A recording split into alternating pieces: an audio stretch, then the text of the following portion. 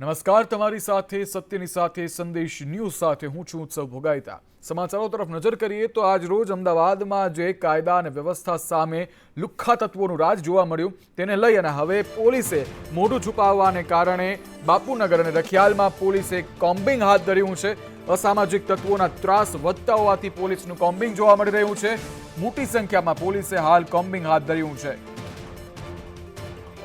ત્યારે અમદાવાદમાં લુખ્ખા તત્વો બેફામ બન્યા હતા। કાયદા અને વ્યવસ્થા સમાન પોલીસને દંડા બતાવી અને ગાડીમાં બેસાડી ધમકી આપી અને ત્યાંથી કાઢવામાં આવ્યા હતા, જેને લઈને પોલીસે હવે કાર્યવાહી હાથ ધરી છે। દેર આયે દુરુસ્ત આયે, પરંતુ હાલ કોમ્બિંગ કાર્યવાહી કરવામાં આવી રહી છે અમદાવાદ પોલીસ દ્વારા। રખિયાલ સાથે બાપુનગર વિસ્તારમાં કોમ્બિંગ હાથ ધરવામાં આવ્યું છે। બે લુખ્ખા તત્વોને પણ હાલ ધરપકડ કરાઈ છે। ત્યારે બાપુનગર અને રખિયાલમાં પોલીસ હાલ કોમ્બિંગ કરશે અને સમગ્ર વિસ્તારમાં પોલીસનો જમાવડો જોવા મળી રહ્યો છે। બાપુનગર અને રખિયાલમાં ગઈકાલે જે ઘટના બની હતી, લુખ્ખા તત્વોનો બેફામ આતંક હતો, તેને લઈને અત્યારે બાપુનગર રખિયાલ વિસ્તારની અંદર પોલીસ દ્વારા નાઇટ કોમ્બિંગ હાથ ધરવામાં આવ્યું છે, નાઇટ પેટ્રોલિંગ હાથ ધરવામાં આવ્યું છે અને જે વિસ્તારની અંદર સંવેદનશીલ છે ત્યાં આગળ પોલીસ અત્યારે કોમ્બિંગ કરી રહી છે। જે ગુનેગારો છે, ગઈકાલે જે ગુનેગારો લુખ્ખા બનીને બેફામ બનીને રોડ પર લોકોને ધમકાવી રહ્યા હતા, તેમના ઘરમાં જશે, તેમની આસપાસના વિસ્તારમાં ચેકિંગ કરી રહ્યા છે। મહત્વનું છે કે અત્યારે જે પોલીસના અધિકારીઓ છે તેમના દ્વારા તમામ પ્રકારનું કોમ્બિંગ જે છે તે હાથ ધરવામાં આવ્યું છે ને તમામ ઘરોની અંદર જઈને ચેક કરવામાં આવી રહ્યું છે। કોઈપણ જગ્યાએ સંવેદનશીલ વિસ્તાર જે પણ જગ્યા પર છે ત્યાં આગળ ચેકિંગ હાથ ધરવામાં આવ્યું છે। મહત્વનું છે કે પોલીસની જે ટીમ છે બાપુનગર અને રખિયાલ બંને ટીમ ભેગી થઈને સંયુક્ત રીતે અત્યારે કોમ્બિનેશન જે છે તે કરવામાં આવી રહ્યું છે। સાથે જ વાહન ચેકિંગ પણ હાથ ધરવામાં આવ્યું છે, કારણ કે ગઈકાલની જે ઘટના બની હતી તે ઘટના બાદ અત્યારે ખૂબ જ પડઘા જે છે તે અમદાવાદ સમગ્ર શહેરની અંદર પડ્યા છે। જોકે ગુનેગારોમાંથી 2 થી 3 જેટલા ગુનેગારોની અટકાયત પણ કરવામાં આવી છે, પરંતુ મહત્વનું છે કે હજુ પણ કેટલાક જે ગુનેગારો છે તે નાસ્તા ફરી રહ્યા છે, તેમને લઈને પણ તેમનું તપાસ જે છે તે અત્યારે હાથ ધરવામાં આવી છે। જે ગુનેગારો હતા જેમણે ગઈકાલે રસ્તા પર બેફામ રીતે લુખ્ખાગીરી કરી હતી, બેફામ રીતે તલવારો બતાવી હતી, પોલીસની જે ગાડી હતી, પીસીઆર વાહન હતું તેને પણ તલવાર બતાવી હતી અને જે આખી ઘટના બની હતી તે ઘટના બાદ અત્યારે પોલીસ એક્શન મોડમાં આવી છે અને તમામ જગ્યા પર જઈને અત્યારે કોમ્બિંગ કરવામાં આવી રહ્યું છે અને લોકોના ઘરે ઘરે જઈને કોઈ સંવેદનશીલ છે કે કેમ તે તપાસ કરવામાં આવી રહી છે। કેમેરામેન મુકેશ પરીખ સાથે જયંતિ ચૌધરી, સંદેશ ન્યૂઝ, અમદાવાદ।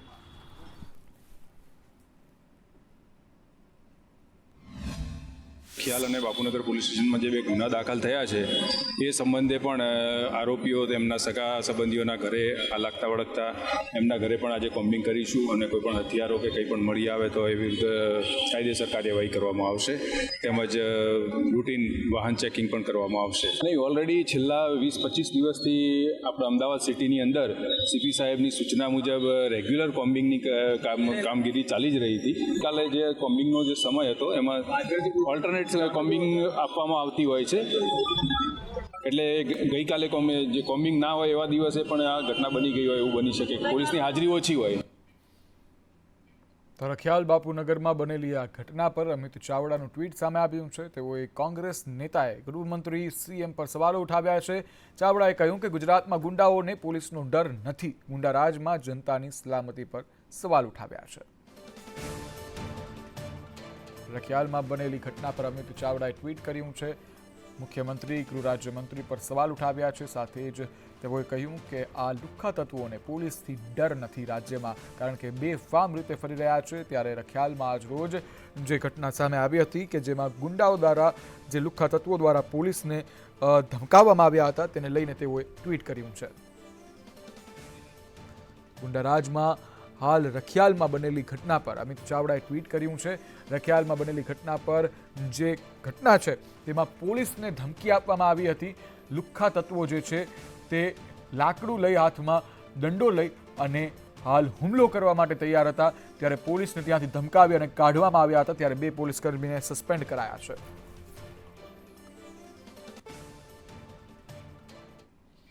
ત્યારે આગળ વાત કરવી છે સાંસદમાં થયેલી ધક્કામુક્કી કાંડની। જી હા, ધક્કામુક્કી કાંડમાં રાહુલ ગાંધી સામે એફઆઈઆર નોંધાઈ છે। સંસદમાં ધક્કામુક્કી કાંડ થયો છે।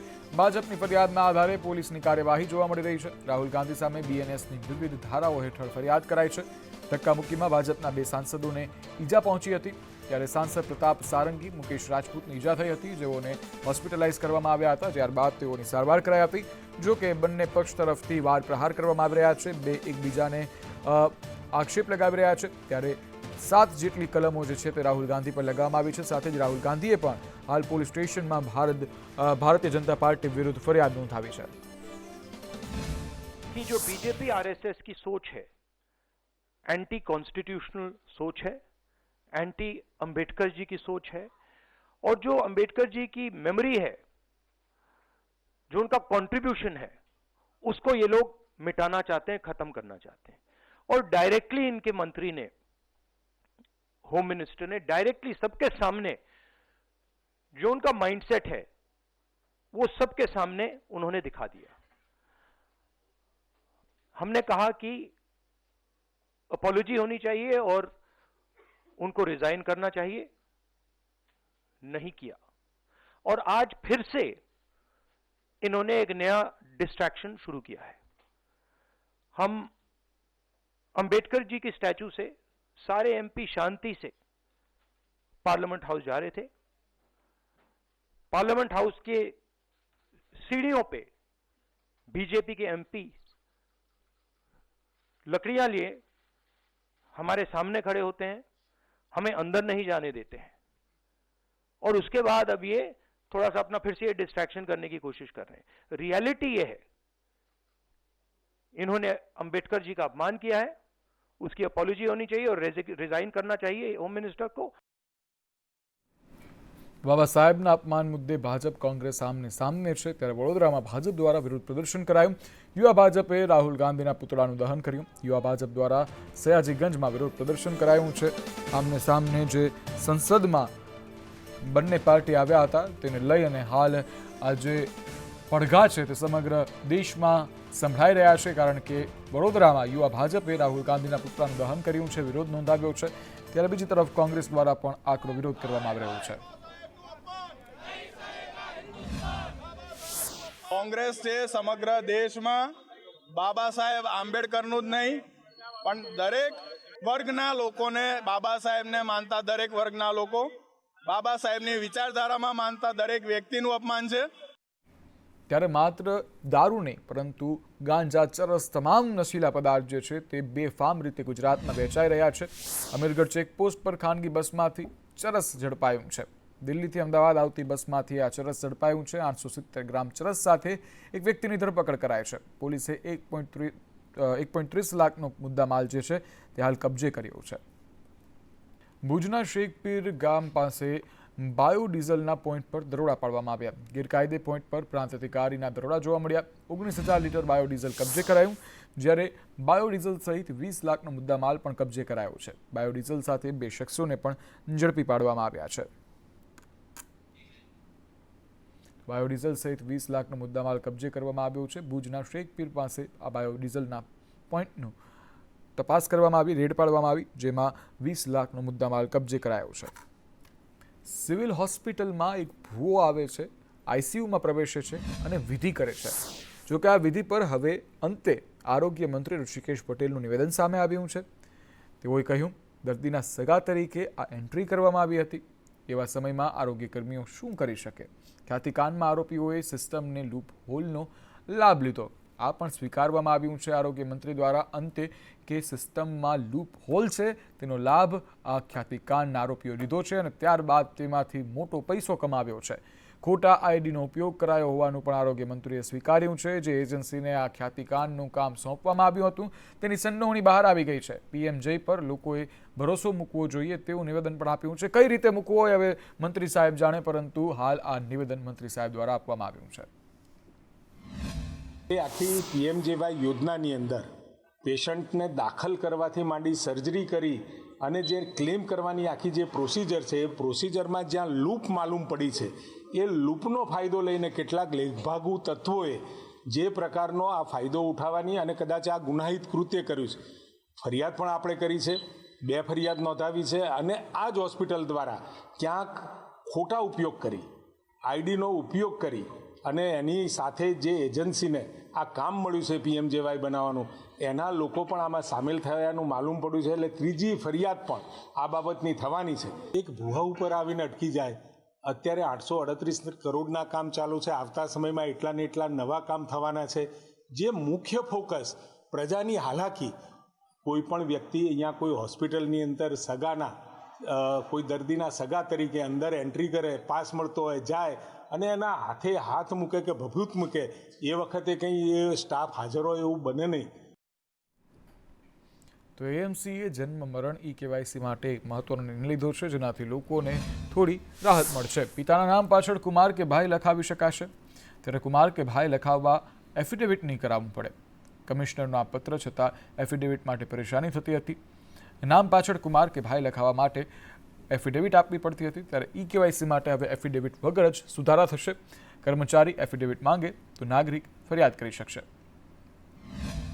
કેવાયસી અંતર્ગત ઘણા લોકોને હેરાન થવું પડતું હતું. ફરિયાદ અમને મળી હતી કે ભાઈ કોઈ એક વ્યક્તિનું નામ હોય, પાછળ ભાઈ, લાલ અથવા તો સિંહ શબ્દ જોડાયેલો હોય, તો એને જ્યારે આ જોડાવા વખતે કેટલીક જગ્યાએથી ફરિયાદ મળી કે એફિડેવિટ માંગવામાં આવતી હતી. તો આજે એની પણ ચર્ચા કરવામાં આવી છે. આવો જો માઇનોર સુધારો હોય તો એની અંદર કોઈ પણ પ્રકારની એફિડેવિટ લેવામાં આવે નહીં અને સબ રજિસ્ટ્રાર કક્ષાએ આને એપ્રુવલ આપવામાં આવે.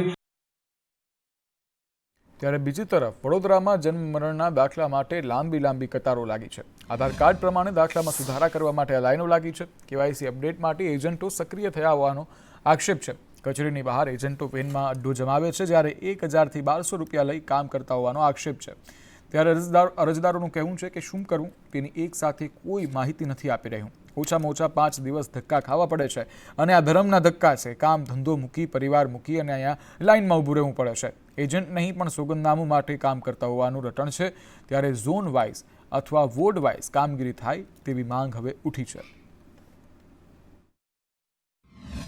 જન્મ મરણ વિભાગની કચેરી પહેલાં બદામડી બાગ ખાતે હતી અને હવે માંજલપુરની જે સ્પોર્ટ્સ કોમ્પ્લેક્સ છે તેના પ્રાંગણમાં, તેના પટાંગણમાં હવે આ જન્મ મરણની વિભાગની કચેરી આ ધમધમે છે. ને વહેલી સવારથી અહીંયા જે લાઈનો લાગે છે, આ લાઈનોને કારણે કદાચ અહીંયા લોકોને હાલાકી ભોગવવાનો વારો આવે છે. બહાર પાર્કિંગની પણ વ્યવસ્થા અંદર નથી આપવામાં આવી, બહાર આપવામાં આવી છે. આમાં ટોકન પદ્ધતિ છે, તો 100 ટોકન આપે છે, એના પછી કોઈ ટોકન નથી.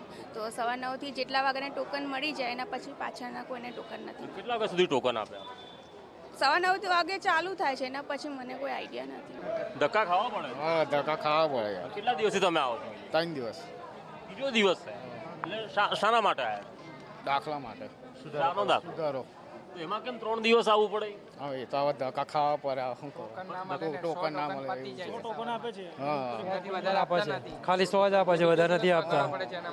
પછી કર્મચારીઓ ઓછા છે અહીંયા? हाँ, जगह एक है ना, सभ्य વધારે હોય આગળ.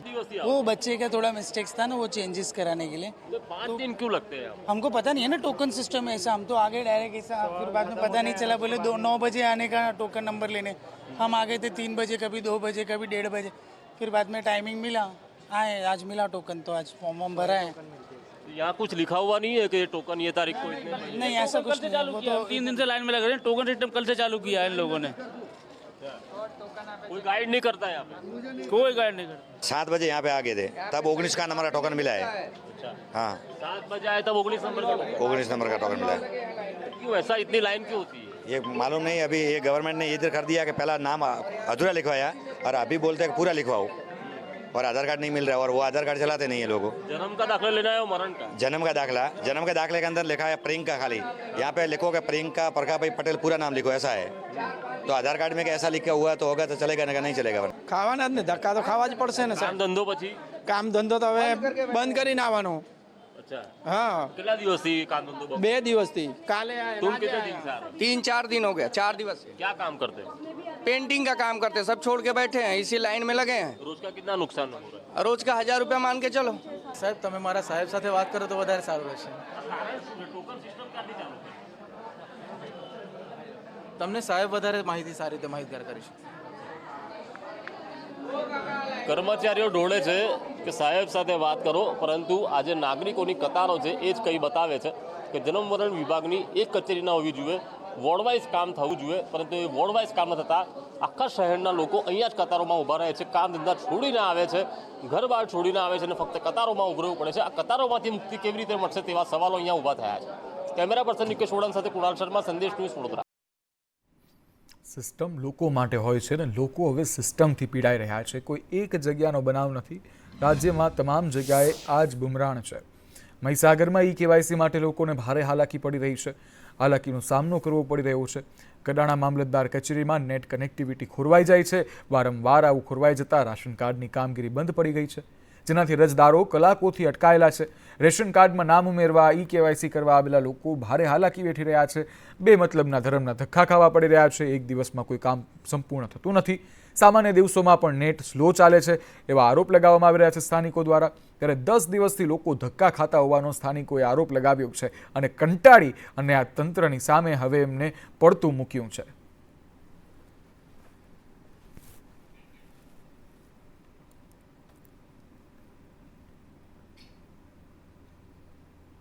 ત્યારે સ્માર્ટ મીટરને લઈ અને અનેક વિવાદો જોવા મળ્યા હતા, જેને લઈને તેને કાગાર કરવા માટે સરકારે હવે જાહેર કરી છે એક નવી યોજના, રિબેટ યોજના. સ્માર્ટ મીટર ગ્રાહકોને 2% રિબેટ મળશે. પ્રીપેડ ગ્રાહકો માટે 2024-25માં 2%નું રિબેટ મળશે. ભારત સરકારની RDSS પહેલ છે આ સ્માર્ટ મીટર પ્રોજેક્ટ. ત્યારે થોડા સમય પહેલાં આ સ્માર્ટ મીટરનો ખૂબ વિરોધ જોવા મળ્યો હતો, જે બાદ હવે આ વિરોધ શમવાનું નામ લઈ રહ્યો છે, જેને લઈને હવે સરકારે એક નવી યોજના જાહેર કરી છે કે જેમાં 2025 બાદ સૌ કોઈને જેની પાસે આ સ્માર્ટ મીટર હશે લગાવેલું જેમના ઘરમાં કે વ્યવસાયિક જગ્યાએ, ત્યાં તેઓને 2% જેટલી રિબેટ મળશે. ઓનરેબલ રેગ્યુલેટરી કમિશને પણ આવતા વર્ષથી પ્રીપેડ મીટરો માટે 2% રિબેટની પણ જાહેરાત કરી છે કે જે સ્માર્ટ મીટરો પ્રીપેડ છે એને 2%ના બિલમાં રાહત પણ આપશે.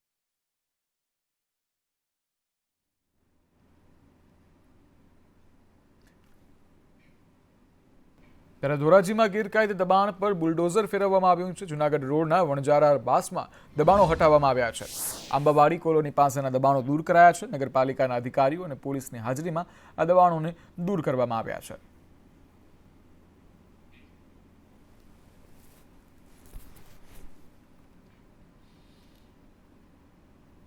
આવી જ કામગીરી બોટાદમાં જોવા મળી કે જ્યાં રોડ પર દબાણ હટાવો કામગીરી કરાઈ છે. ખસ રોડ પર દબાણ હતું ત્યારે હટાવવાની તેની કામગીરી કરાઈ છે. હવેલી ચોકથી દીનદયાળ સુધી દબાણ હટાવાયા છે. લારી ગલ્લા સહિતના દબાણો હટાવાયા છે. પ્રાંત અધિકારીની સૂચનાથી આ કામગીરી શરૂ કરવામાં આવી છે. ત્યારે ચુસ્ત પોલીસ બંદોબસ્ત વચ્ચે દબાણો હટાવવામાં આવ્યા છે.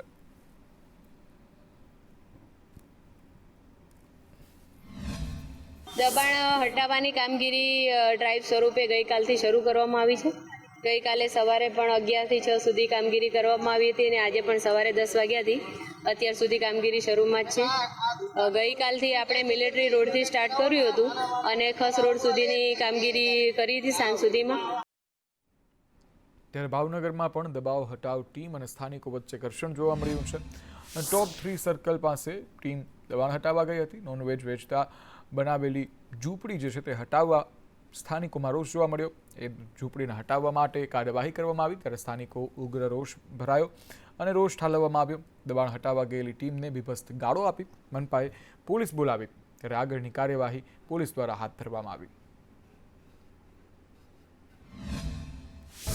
મહાનગરપાલિકાની દબાણ હટાવ સેલની ટીમ દ્વારા શહેરના અલગ અલગ વિસ્તારોમાં દબાણ હટાવની કામગીરી ચાલતી હોય છે. વોર્ડ ઓફિસની બાજુમાં ફરિયાદ આવેલી તેના અન્વયે અમે આજે સ્થળ ઉપર આવેલા અને સ્થળ તપાસ કરી અને અમને દબાણ જણાવ્યું હતું અને ન્યુસન્સ પણ હતું. 2 દિવસ પહેલાં આ જગ્યા ઉપર જ અમે સૂચના આપી અને જગ્યા ખાલી કરાવવા માટેની વિનંતી કરી હતી, પણ હજુ સુધી એ દબાણ હટાવ્યું ન હતું. અને આજે દબાણ હટાવ સેલની ટીમ જ્યારે દબાણ હટાવવા પહોંચી ત્યારે એક ઈસમ મેં કોઈ નશો કર્યો એવું લાગ્યું અને બીભત્સ વર્તન કરવાનું ચાલુ કર્યું હતું. અને સુરેન્દ્રનગરમાં સર્વિસ રોડ મુદ્દે લોકોનો વિરોધ જોવા મળી રહ્યો છે. અમદાવાદ રાજકોટ નેશનલ હાઈવે પર વિરોધ કરાઈ રહ્યો છે. જનસાડા, બરોડ, હડાડા સહિત 4 ગામના લોકો જે છે તે વિરોધ કરી રહ્યા છે. હાઈવે પર ચક્કાજામની ગ્રામજનોની ચીમકી ઉચ્ચારવામાં આવી છે. હાઈવે પર સર્વિસ રોડ ન હોવાથી ગ્રામજનોને હાલાકી પડી રહી છે. ગ્રામજનો રોંગ સાઈડમાં વાહન ચલાવવા માટે મજબૂર બન્યા છે. ત્યારે 9 મહિનામાં 20 અકસ્માત સર્જાયા છે અને આ 20 અકસ્માતમાં 9 લોકો મોતને ભેટ્યા છે, જેને લઈને હાલ ગ્રામજનો વિરોધ કરી રહ્યા છે અને સર્વિસ રોડની માંગ કરી રહ્યા છે. અહીંયા અમારે સર્વિસ રોડની માંગ છે અથવા ડિવાઈડર, જેના કારણે અકસ્માત થતો બંધ થાય. અહીંયા 3 ગામનો રસ્તો છે. આશરે 20,000 લોકોની વસ્તી છે. જનસાળી, બળોલ, અડાળા 3 ગામના લોકોને આ સર્વિસ રોડ અને ડિવાઈડર ન હોવાથી ખૂબ જ તકલીફ પડે છે. રાજકોટમાં ગોચરની જમીન પર દાદાનું બુલડોઝર ફર્યું છે. ઉપલેટામાં ગેરકાયદે 200 હેક્ટર જમીન હતું, જેના પર દબાણ હતું. આ દબાણ પર ડિમોલેશન કરવામાં આવ્યું છે.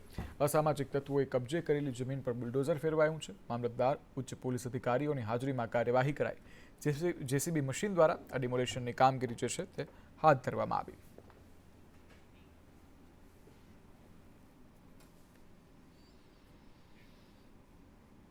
પંચમહાલમાં ખાણ ખનિજ વિભાગની કાર્યવાહી જોવા મળી. ખનિજ માફિયાઓ સામે કાર્યવાહી કરવામાં આવી છે. તાળવા ચોકડી પાસેથી ગ્રેનાઇટ ભરેલા 2 ટ્રેલર ઝડપાયા છે. ટીંબા રોડ પર રેતી ભરેલી એક ટ્રક ઝડપી પાડવામાં આવી છે. ત્યારે ગોધરાના કંકુ થાંભલા ચોકડી પાસેથી આ રેતી ભરેલી ટ્રક ઝડપાય છે. 2 ટ્રેલર 2 ટ્રક સહિત 1.60 કરોડનો મુદ્દામાલ જપ્ત કરવામાં આવ્યો છે, જે ગેરકાનૂની રીતે આમથી આમ એટલે કે એક જગ્યાએથી બીજી જગ્યાએ ખસેડવામાં આવી રહ્યો છે.